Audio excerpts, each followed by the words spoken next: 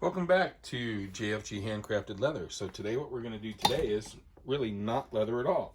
We're going to take and we're going to wax these three jackets. We've got three vintage Carhartts here. Well, one's a Woolrich woman's, one's that Carhartt for Melanie, and then this is the other Carhartt that's half wax. So now you can see I ran out of wax on this one. So this is what it looks like when it's on, and this is what it looks like before it goes on. So we'll finish this one first and let you guys watch that, then we'll do Melanie's.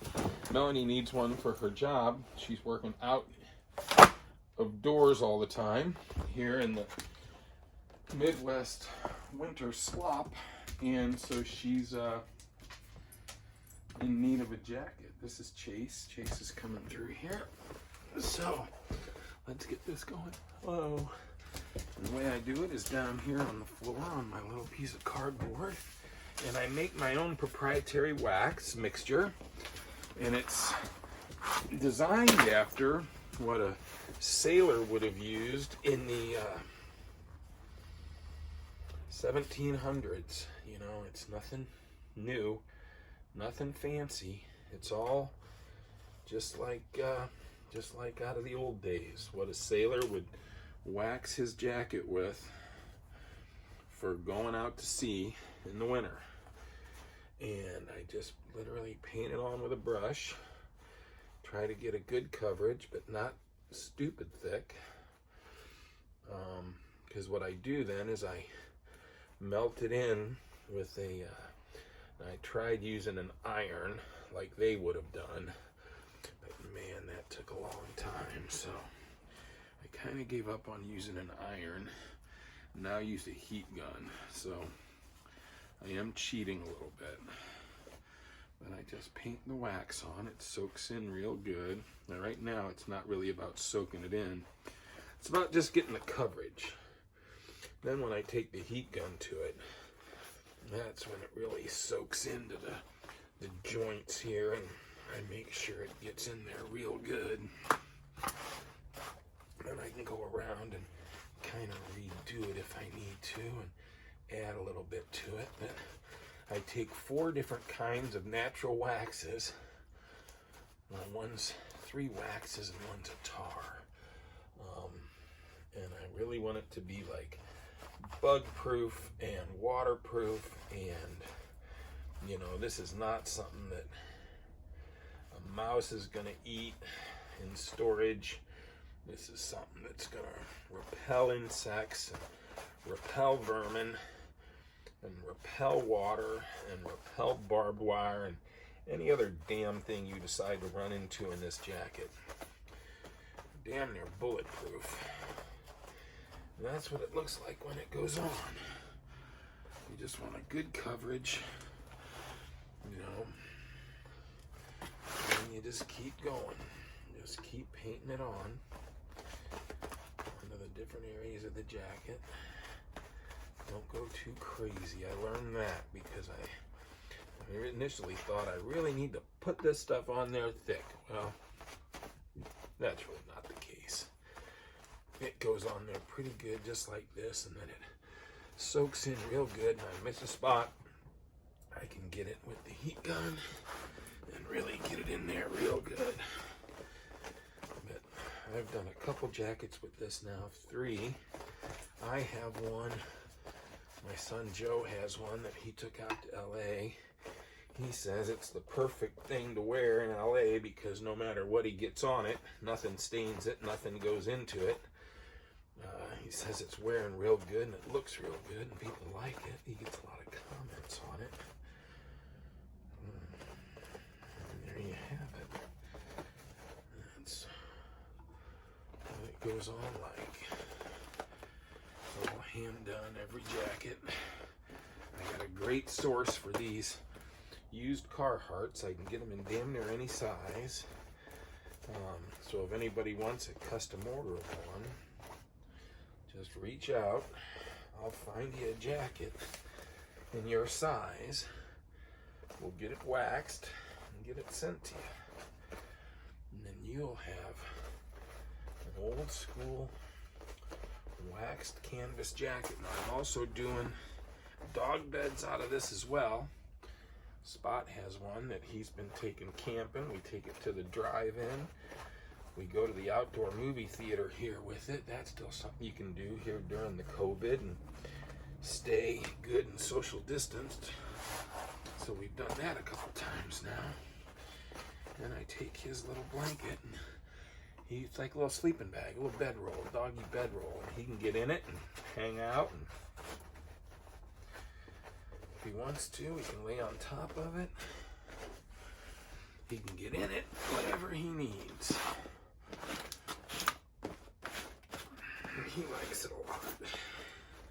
It's funny because he knows he can just hop right in it. He can get right down in there. Now you want to make sure that you do get decent coverage, just not too much. And I can also do hats and gloves, whatever you want waxed, I can wax. Now a lot of these mixtures you'll see have, especially if you start Googling it, like I did, they're all petroleum based. Well, especially the commercial ones, you know, like the Orvis or ones like that. That's like, well, shit. I don't want petroleum based. I want natural stuff because they wouldn't have had that back in the old days. That's just something they started doing because it was easier. So I researched what was the waxes that they would have had back then available to them, you know, and what sort of materials might they have used. And I tried a couple different recipes. I got a bunch of different products and mixed them together in different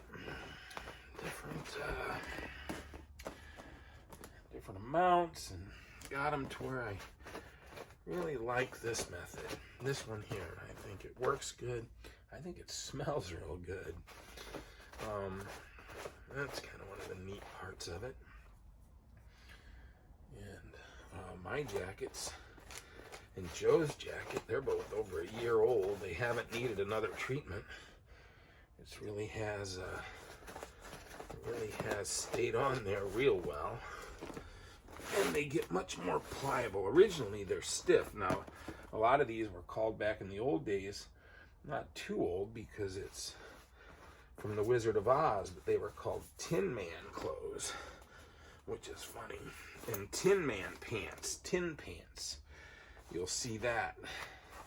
I think that's how they are in the Filson catalog. They're called Tin Man pants.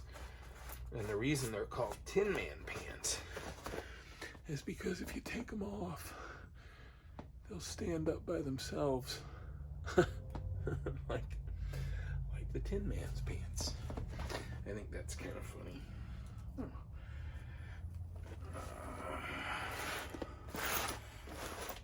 Alright, we're just about done with this one. And that'll be the end of this video. And then you won't have to watch me do Melanie's. But we'll get a picture of them when they're done so you can see how they look. Maybe I'll shoot a video of me putting the heat gun to it. And the one thing I like to do is I really like to get the seams real good, because that's an important part of it. You don't want your seams to leak. And once I get them with this stuff, man, they're done. They're not gonna leak. They're staying closed. So you can, take this out in the bush, the back country. It's not gonna get burrs in it anymore. It's not gonna, thorns aren't gonna go into it.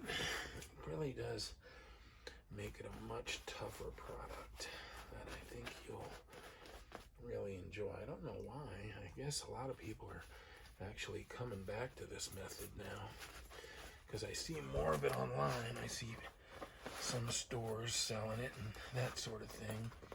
But they're all petroleum products. They're not going to be like mine. Is that Spot? Oh, I heard Spot. He likes to come look-see. All right, well, there we go. That's what that looks like. So there it is. The next thing is I'll let that dry on there. That's what it looks like now. And then I will take a heat gun to it. If I missed anything, looks like I got everything pretty good. Then I'll take a heat gun to it, and I will, looks like my apron came undone. Yeah, the next thing I'll do is I'll take a heat gun to it, get it all soaked in, and I'll shoot a little video of that heat gun process as well. So, thanks for watching, and thanks for shopping at JFG Handcrafted Leather, jfgleather.com. Be sure to check our website out, or the Etsy page is Joe Grasso Productions. You can go there and place an order. Everything's custom ordered. And you still have time for Christmas if you want to get a Christmas order in. Alrighty, good seeing y'all.